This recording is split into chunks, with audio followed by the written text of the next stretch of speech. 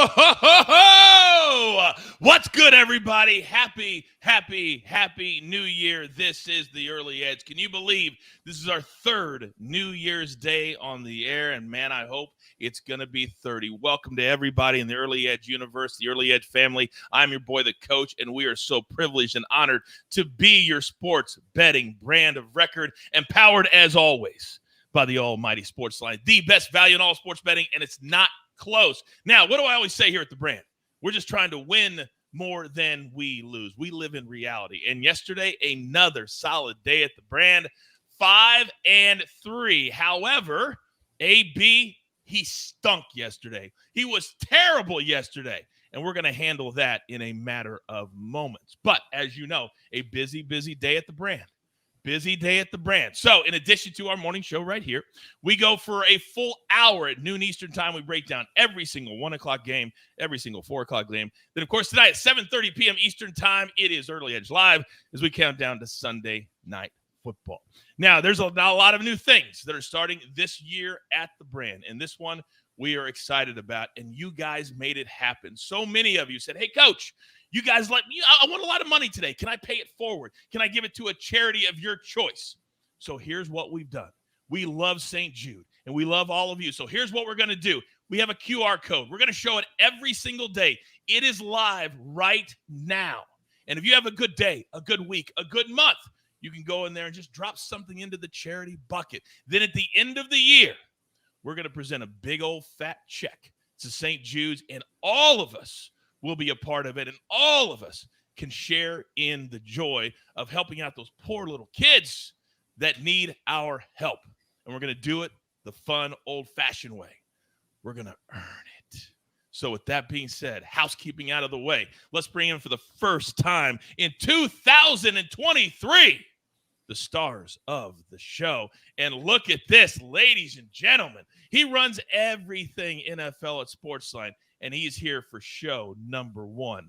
With all the respect in the world, ladies and gentlemen, the stoic one, R.J. White. Happy New Year, sir. Happy New Year, Coach. Happy New Year to the chat and AB also. It should be a fun year. I just got used to 2022, so I can't believe we're already into 2023. And I'm sure 2024 will be here in no time. It's going to be a lot of money we're going to win between now and then. Now, I am quite sure that AB did not like me saying that he stunk yesterday. AB, did you take offense to that? No, I stunk. No, I mean, you were 100% right. Like, it was terrible. Yeah.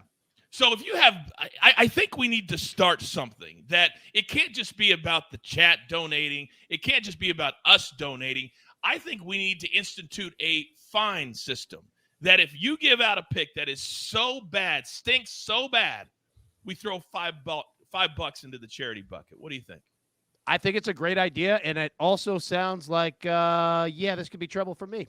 Oh, so you'll be what do you think, RJ? You like I was going to ask, does AB have to do the 5 every time, or do you just like total it up for him at the end of the month and he throws it all in there at once? What a savage. We could do it either way. His credit's good with us. So, and then all of you also, you can see who donates too. That's the beautiful part about setting this up. So you can do it on your own. You don't have to send it to us and us send it to them. I think it's going to be awesome. And AB, I'm fining you $5 for going 0-2 yesterday. Welcome to the show. Welcome to the show. Look, I accept, obviously don't have a choice because you know what? The fine system is the fine system. That's a great way to start 2023. All right, already in the hole. But you know what? At least it's going to a great place. Oh, that it is. All right, let's get into it. Storylines that could affect the betting lines today. And the word of the day for our show, if we were naming this episode, is be very, very careful. RJ, start us off. Yeah, a bunch of QB news this week, and it moved a lot of lines. Miami, New England, look ahead, was as high as Miami -3, and then line got as high as New England -3 once Tua was ruled out. That might be too much of a move. Teddy Bridgewater, capable of running that offense into it, wasn't playing that as well in the last month as he had been earlier in the season anyway. Then you got Jets, Seahawks -1.5 on the look ahead. Got as high as Jets -2.5 once Mike White was cleared. even with Zach Wilson looking terrible, Mark, I thought that was too much now at 1.5, and probably a pretty good teaser number for Seattle there if you're looking for a teaser leg. Arizona, Atlanta. I liked Arizona getting more than 3 once Colt McCoy was announced as the starter. Then he got unannounced as the starter and ruled out due to lingering concussion symptoms. They didn't even go back to Trace McSorley. They decided David Blau is their guy.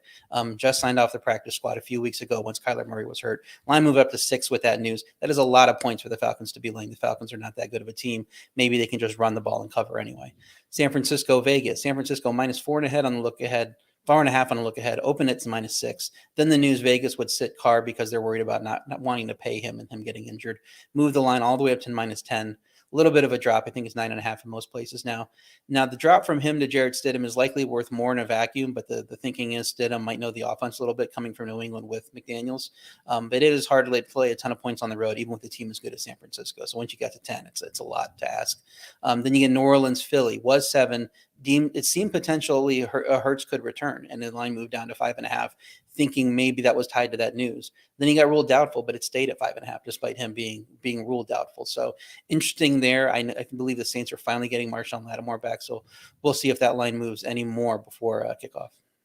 Listen to all those quarterback Chick-fil-A nuggets. I mean, that's how difficult this is. And it used to be, AB, that it was just about the last week of the season. You say who needs to win and who doesn't. Now we've got the 18 weeks. We have the 17 games, and it adds to the trepidation. So in addition to the quarterback news that RJ just gave us, we got to look at teams that have motivation, that need to play well today, because just on the surface, if people don't do their homework, they could bet on the team and go, what, Jacksonville didn't need to win today? Talk to me. Yeah, 100%. Right. You just nailed it right there. Now, first off, let me go ahead and show you this. All right. If I can pay the fine right there, $5. My man.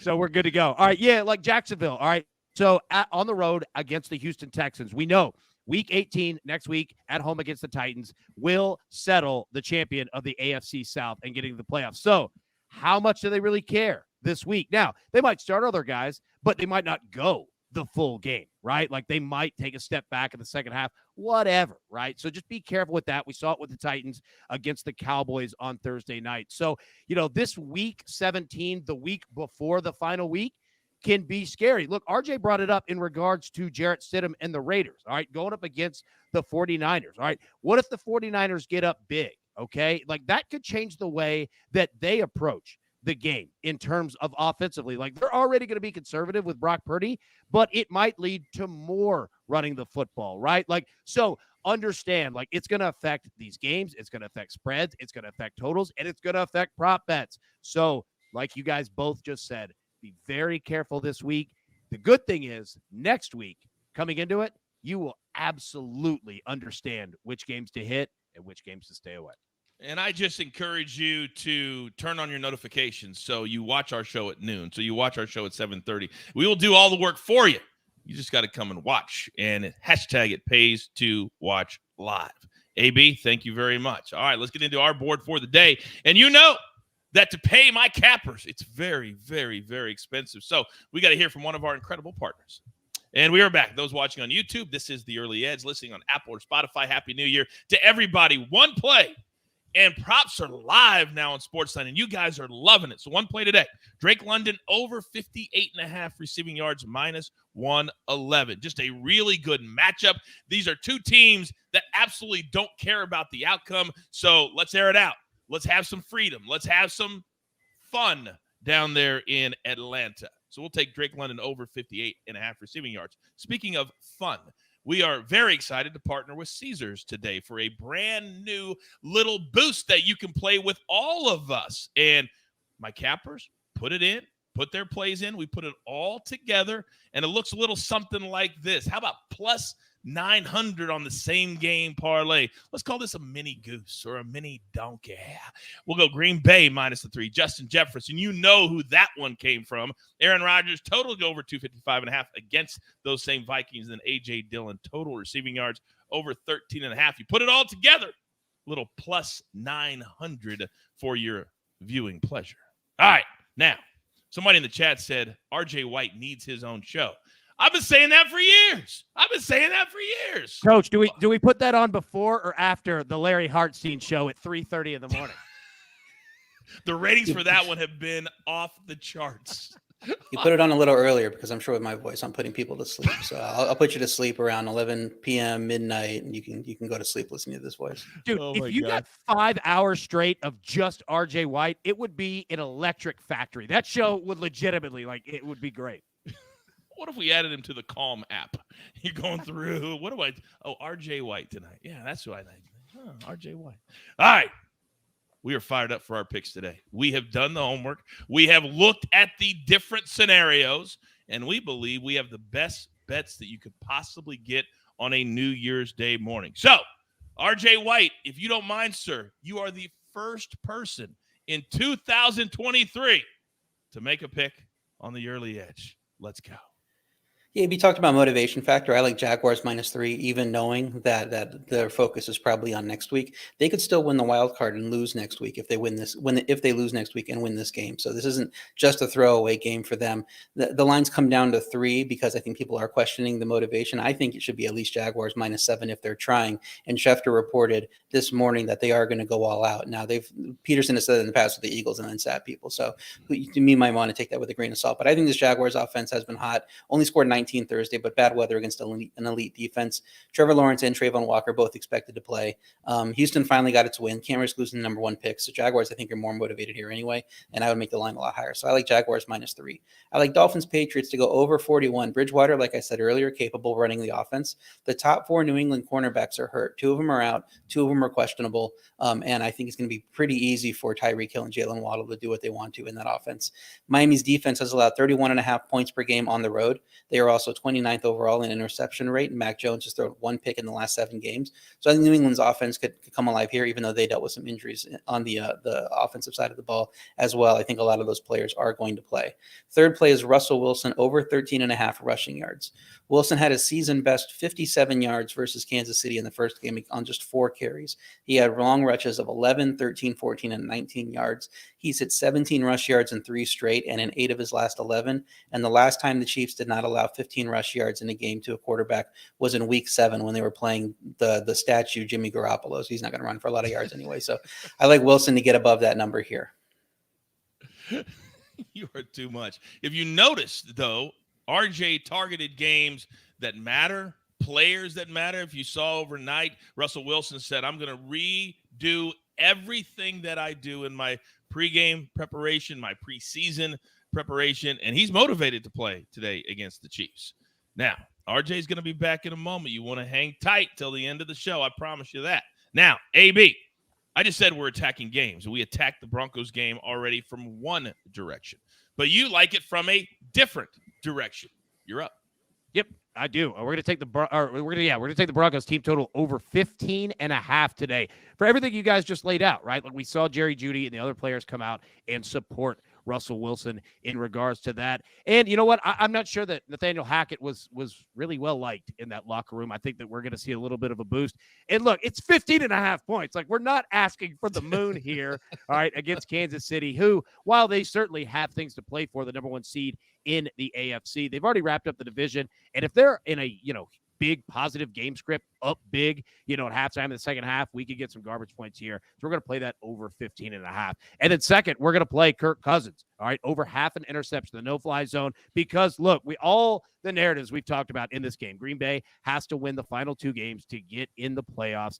They certainly have more on the line right now than the Vikings do.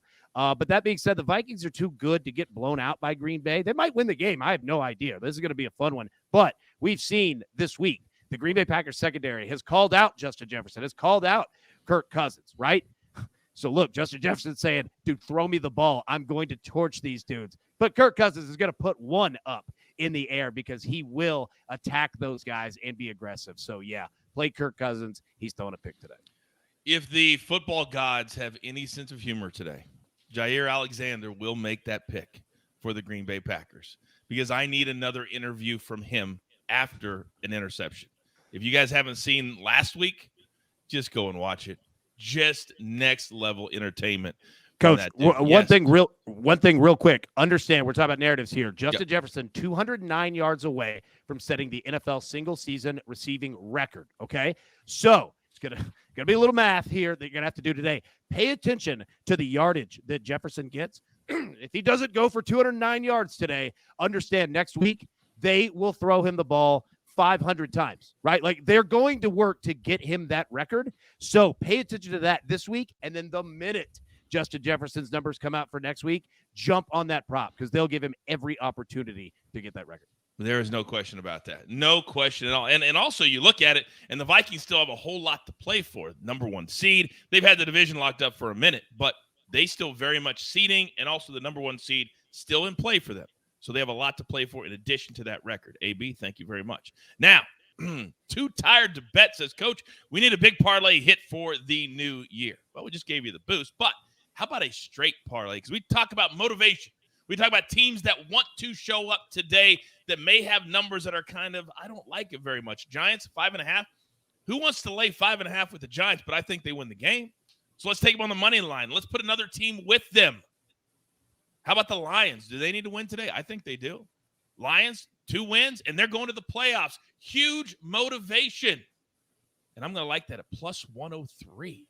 Giants on the money line, Lions on the money line. Let's put them together. Then my number 2 play, Chiefs, Broncos over 44.5, which means I love AB's play of over 15.5. Understand the Chiefs are still playing for the number 1 seed, very much so, but they haven't been very good at covering spreads. So we want to stay away from the side, but let's take the total because they'll score at least 30 today, and the Broncos scored 28 a few weeks ago against the same Chiefs team. They went 34-28, cashed the over at 62.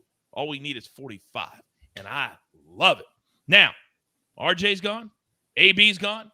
Coach is gone. So grab your paper. Grab your pencil. Here is the recap, courtesy of the Snake. On the 1s and the 2s, RJ, he's on the Giants. Jags. Dolphins, Patriots, over 41. Russell Wilson, over 13.5 rush yards. Then a little teaser. You got to watch from Tuesday to get all the picks. Browns +8, Dolphins +8.5. Remember, we gave those out when those numbers were that. Then AB, Broncos team total over 15.5. Kirk Cousins over half an interception. Then if you're going to cash with me, you're going to do it with this. And I forgot to give you the last play. I just added it right before the show. Tom Brady said, we're going to air it out.